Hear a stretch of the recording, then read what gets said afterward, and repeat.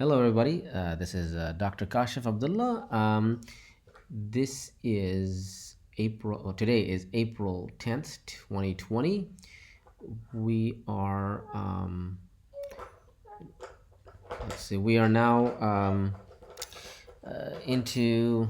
I've lost track of almost 2 months now of the coronavirus. Well, almost about a month at least of the coronavirus has been going on, depending on where you're at. But I have a variety of things I would like to discuss, and also at the very very end, I was going to discuss things about. I'm going to be making other videos outside this coronavirus, just standalone videos. One I'm thinking of concentrating on the skin, and also skin topics, stuff like that. But let's see. Let me switch 1 second. Oh, if anyone has any questions, they can of course ask them here. So let me switch screens real quick. All right. So if we see here, this is the main screen I like to use from the Johns Hopkins University of Medicine website regarding coronavirus. And you can notice here that there is now, unfortunately, 1,600,000 cases and now over 100,000 deaths due to this virus. And the US is now more than, I believe, Spain, Italy, and France combined in regards to total number of cases. And maybe one day Germany is going to come into that play. So if we look at the daily increases of the world, we can see that we're still plateauing. We haven't come down in the daily number of increase. There's no sizable drop, but I think this is about it in regards to the daily number of increases of cases. We're at about, this is a day, so you have to think about it. We're going 100,000 cases a day. That's craziness. That's a lot of cases of coronavirus, but at least it's not increasing. If we look at the US, we are now we are now 486,000 at 18,000 deaths. It's a tremendous amount of deaths in the United States just from this virus alone. And if we look at the plateau or at the peak, it looks like the daily increases are beginning to we don't know. We're still plateauing, hopefully. We're not increasing the daily increase of numbers, but it looks like about 35,000 some odd cases. So yeah, we're still going there. Let's see what Spain is doing, if they're dropping. Yes, they are dropping. So Spain is at 157,000, but their daily increases in cases is falling significantly. And also, if you look at this, the US is around 35,000 every single day. Spain is dropping, and they're only at about near 5,000 cases a day. So they're decreasing much faster. They have a less number of people are getting infected in the first place, and they're dropping too. Also, that the population plays into play, but the most important thing is the daily increase in numbers of cases are falling. Italy also, same thing. They are trending down. France is also trending down. There's basically trending down. There's a couple of outliers, but Germany is sort of trending down, but not too bad. China, I don't have any. I've seen lots of reports of China where this is fake. This is not real. So I would not take their numbers to be worth anything really. Now, United Kingdom is also plateauing. Iran is also, to me, seems fake. That's too gradual. There's no jumps and that looks fake to me, frankly, too. Turkey is still increasing. Belgium is about the same, and then Switzerland, it's sort of generally trending down. Netherlands still in the plateau. Canada is like everything, like it's not trending down. Still, it's basically plateauing, which is good, but it's still. And then Brazil, Portugal, Austria is usually doing really well. Of all the European nations, I would say Austria is doing the best. They're really rough. And look, they're coming down to 500 cases. Now, Austria is not a big country in the first place, but still, their not daily increases are falling. Russia, they're just going hot. Uh, they're they're exponentially rising, frankly. So this is not good. Russia is gonna get, yeah, this, yeah, I don't, the total number of cases also may be misleading. So no, South Korea, the best one of them all, has dropped almost to nothing. Now they're basically at what? 39 cases a day. That's it. So they have really controlled their. Let's see. I'm not sure what that was, but anyway. Um, and then Israel is plateauing, maybe likely also decreasing as well. And then Sweden. So it's also going up, generally trending up. Let's really quickly look at India. India is also sort of like Sweden, I think, trending up. Um, but anyway, there's India. So it's trending up a little bit. But I did want to discuss. There's a great website. Actually, I was introduced to. I wanted to show you this website by IHME. I was introduced to this website yesterday by one of my patients. I was doing a teleconference visit with a patient, and he was mentioning how he uses this website and it helps figure out hospital resources. And this one, he was mentioning how he also lives in the Bay Area in California, how California was one of the first ones to take this really seriously and really clamp down on the spread of COVID-19 or coronavirus. So he was showing, and he showed me this website. So what this website basically shows you is, again, it's a projected website, but what this one shows you is resources. So if you look here at the United States, this is just the full United States. They're saying the peak resource use will occur on April 11th. That's tomorrow. That's what its projected peak resource use is. And currently, in the U.S., there is a shortage of 12,000 some odd beds, and there is a bed shortage in ICUs, and ventilators are needed as well. So in the U.S. in general, we are really we don't have enough material. But if we go to where is, and I don't want to go by the country. Let's go to New York. I want to show you the difference. Something. So if you go to New York, the hardest hit in all of the nation, this is New York State. You will see here in New York State, the state home at order was done on March 22nd, and March 18th, facilities were closed, non-essential services, 22nd. So everything was basically done on the 22nd of March. And they're saying that peak resource use has already occurred, and there is a bed shortage of 10,000 beds and an ICU shortage of 5,000 beds, and they need 5,400 ventilators.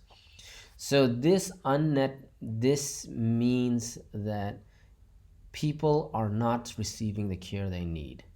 And this is why many people are passing away, because there's not enough resources. I'm sure you've heard about this thing, about that curve thing, where you want to flatten the curve. This is why we want to flatten the curve, because this is happening in New York. Now let me jump to California, actually. So in California, which is one of the most, or if not, sorry, is the most populous state in all of the US. So New York State does not have as many people as California State. And here's California. You will notice there are no bed shortages in California. There's no ICU shortages in California. And the ventilators needed are not that much. You'll notice that if you look at ICU beds, only needed are 820, whereas there's 2,000 beds available. So California also started their stay-at-home order a couple days earlier.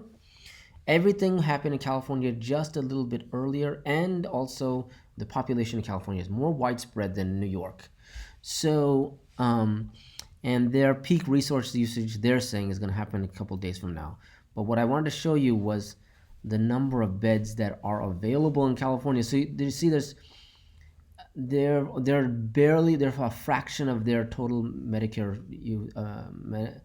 available beds are being used. And this one's deaths per day. You will notice the peak is in 5 days until peak deaths. deaths per day right now are projected about 66 in California. That's it. And these are the total deaths that have been happening right now in California. The projected total deaths in California will occur about, oh, it looks like May 1st. That's what this graph is showing. So, and this you can compare, and let's go back to New York, the worst and hardest hit again. So, where's New York? Here you are, New York. New York again, see that? Bed shortages and ICU bed shortages, which is really dangerous. And their number of deaths, whereas California was like, I don't know, I forgot, it's cup 60 or something. Look at that. That's just unheard of. 791 deaths per day. That's enormous. And the total deaths here in California was going to like 1,000 something. New York State is projected to be 13,000. So New York State is really being hit hard with this. But if this allows you to look at other nations as well. So if you wanted to look at, let's look at, where is, oh, interesting. They don't have, they don't have Canada, but they do have, let's look at Austria. Where's Austria? That was the best one I saw last time. So Austria, look at that. 805 beds are needed and they have 14,000 available. They have 649 ICU beds, but they only need 185. And their peak number of deaths is going to be 30, and that's it. And the number of total deaths they're going to experience. Now remember, New York State was 16,000, Austria 400. That's it. So this is the difference. Austria, how good they're doing, and then you can compare other nations. I wonder if South Korea is in this. I guess not. But anyway, this is more of a U.S. kind of thing. You can use this for U.S.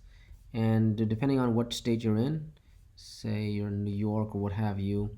No, sorry, New York, but say you're, let's pick Texas. I don't know. I'm just guessing, pulling this out there. Texas does not have a bed shortage at all. They implemented their stay-at-home orders much later, but I guess population density and what have you with Texas, their outcomes are not that bad. But yeah, this is why flattening the curve is so important, these kind of numbers.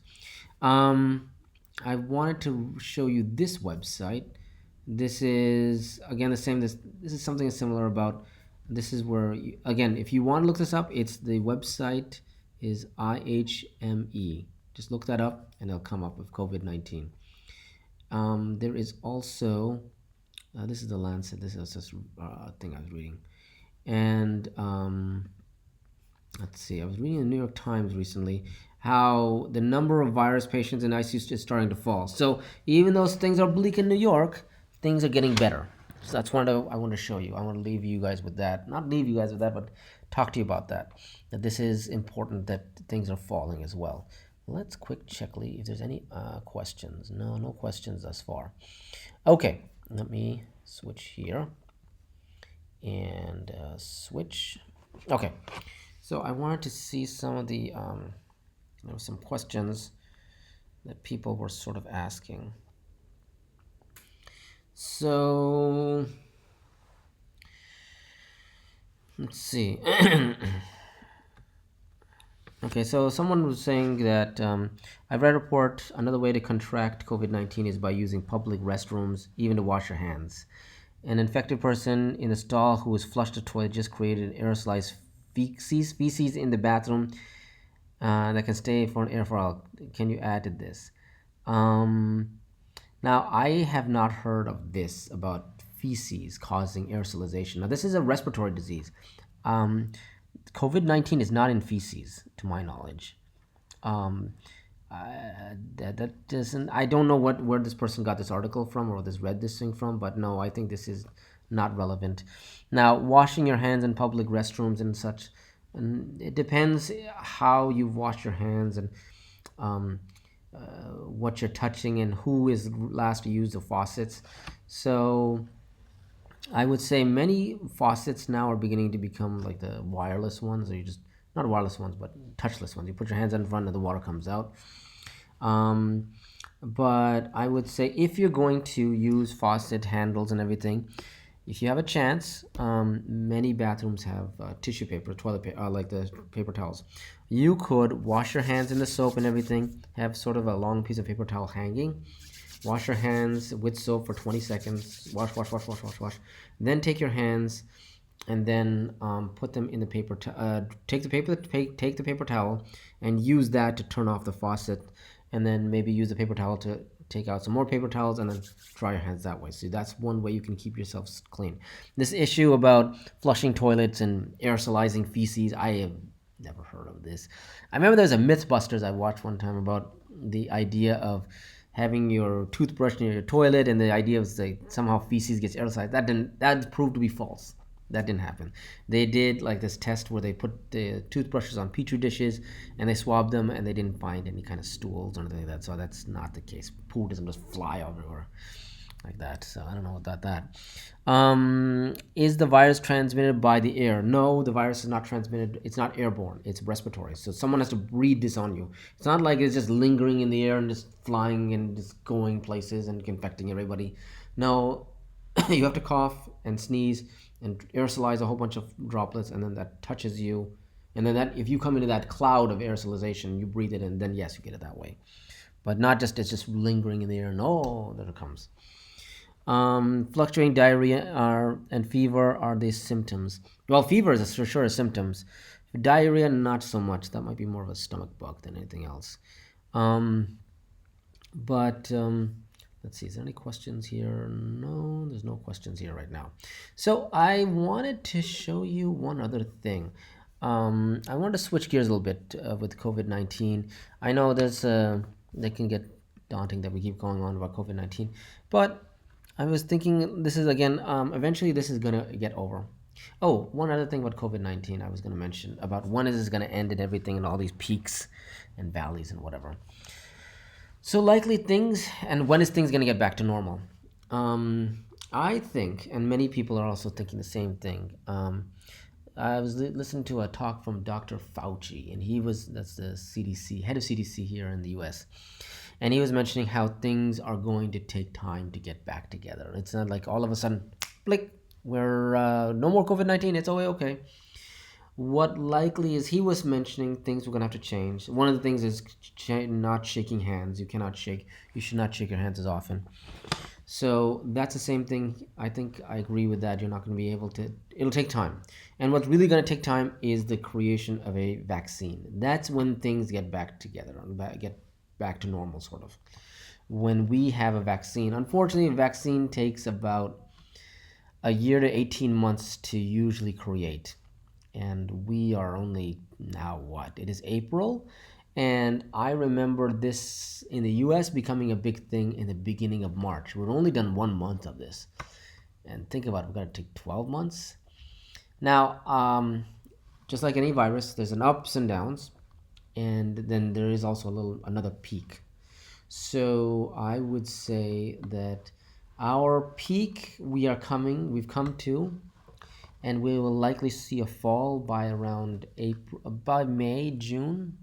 By the end of June, I think we'll be back down to low. People start feeling good, but then there's going to be a false sense of security, and people are going to go back out and start shaking hands and going in public and stuff like that.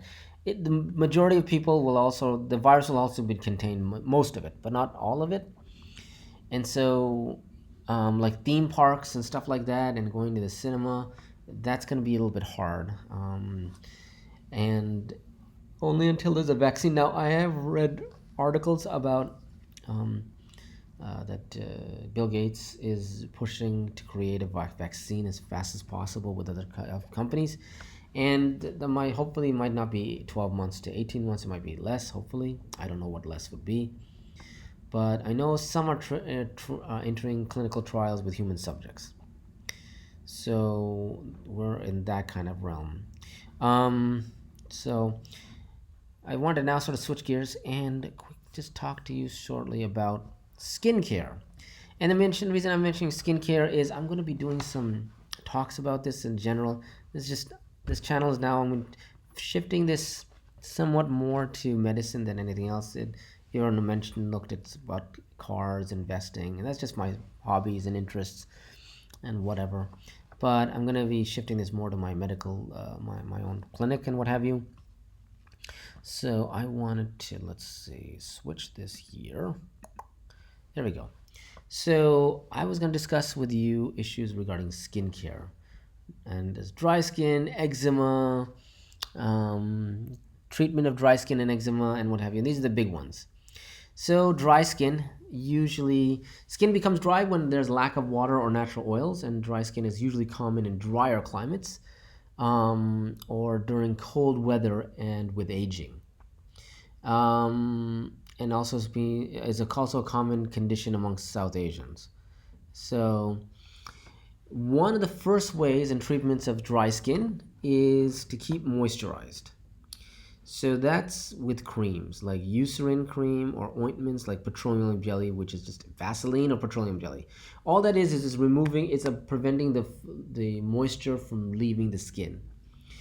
You should avoid hot water, um, because hot water sort of opens up pores and removes oils that are necessary to keep the skin hydrated and prevent it from drying out. You should limit bath time. So if you're going to take a bath, don't take a bath for more than 5 to 10 minutes.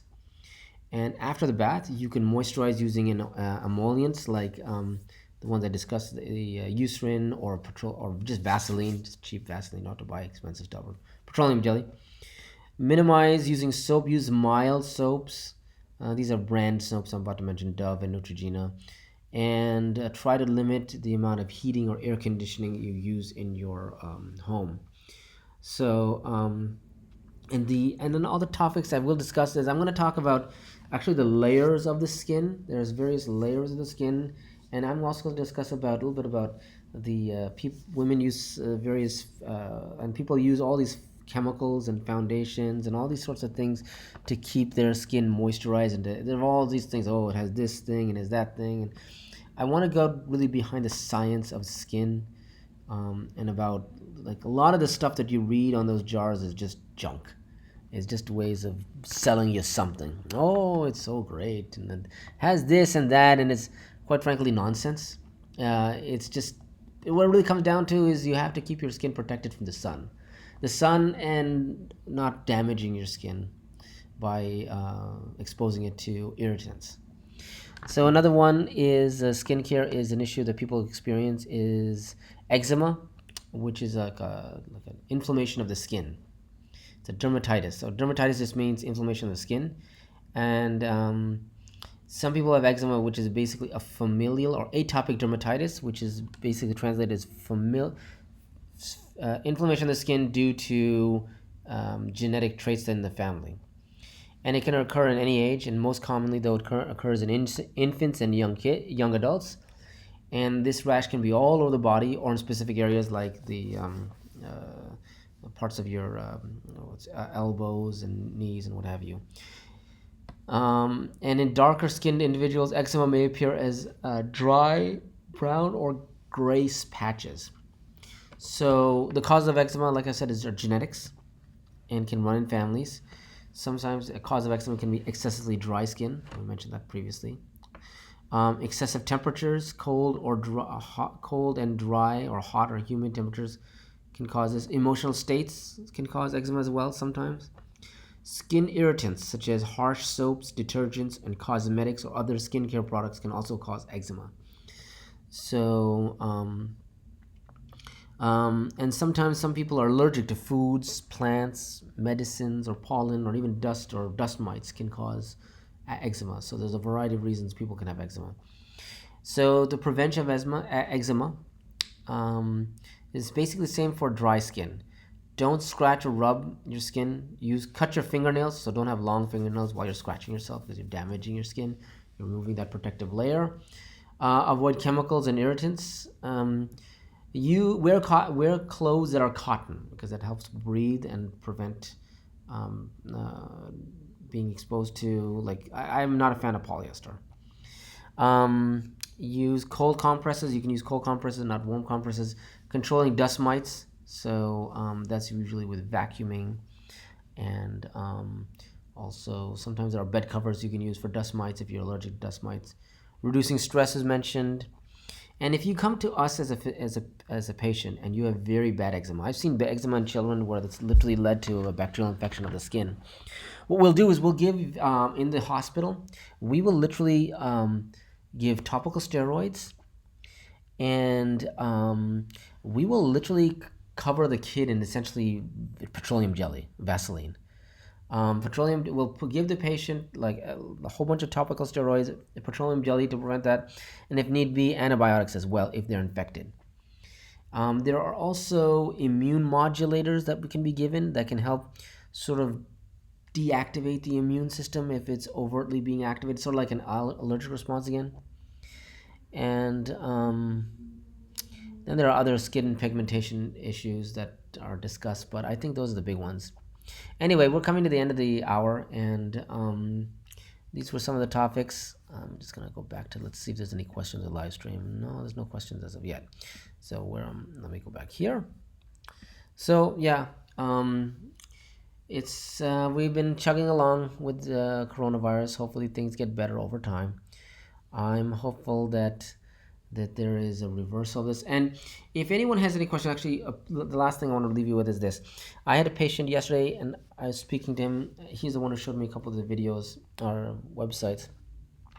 If any of you are interested in asking topics, you don't have to just be coronavirus topics here, but anything you want to ask, you can ask. You don't have to watch every single video regarding coronavirus. It's just a daily vlog almost. Another thing is I use this just to introduce myself to the general public. If people are interested, they can watch and ask questions. I'm here to help as much as I can. And yeah, I think that's about it. Thank you again for watching, and I'll see you guys next week, Monday. All right. Thanks. Bye bye.